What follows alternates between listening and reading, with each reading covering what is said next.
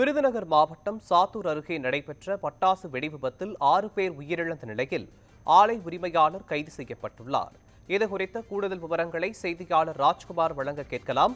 ராஜ்குமார், விருதுநகர் பட்டாசு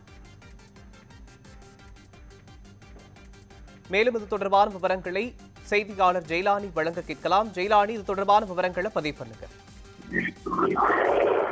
மோகன், விருதுநகர் மாவட்டம் சாத்தூர் அருகே அப்பநாயக்கன்பட்டி ஊராட்சி பொம்மையாபுரம் கிராமத்தில் பாலாஜி என்பவருக்கு சொந்தமான சாய்நாத் பட்டாசாலை என்பது செயல்பட்டு வருகிறது. நாக்பூர் உரிமம் பெற்ற பட்டாசாலையில் நேற்று காலை வழக்கம் போல தொழிலாளர்கள் பணியில் ஈடுபட்டுள்ளனர். இந்த நிலையில் பட்டாசு தயாரிக்க பயன்படும் ரசாயன கலவை செய்த போது வேதியியல் மாற்றம் மற்றும் உராய்வு காரணமாக பயங்கர வெடி விபத்து ஏற்பட்டது. இதில் 4 அறைகள் தரைமட்டமானது. இந்த விபத்தில் வேல்முருகன், நாகராஜ், கண்ணன், காமராஜ், சிவகுமார், மீனாட்சி சுந்தரம் ஆகிய 6 பேர் உடல் கருகி பரிதாபமாக உயிரிழந்தனர். மேலும் 2 90% தீக்காயத்துடன் மீட்கப்பட்டு விருதுநகர் மற்றும் மதுரை அரசு மருத்துவமனையில் சிகிச்சைக்காக அனுமதிக்கப்பட்டுள்ளனர்.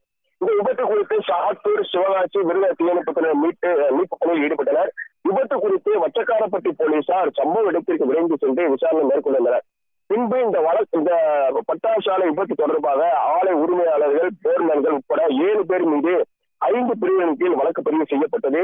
இதில் ஏற்கனவே பட்டாசாலையின் போர்மேன்களான கணேஷ், சதீஷ் ஆகிய 2 கைது செய்யப்பட்ட நிலையில் ஆலை உரிமையாளரை காவல்துறை தேடி வந்த நிலையில் தற்போது சசிபாலனை வச்சக்காரப்பட்டி போலீசார் கைது செய்து விசாரணை மேற்கொண்டு வருகின்றனர்.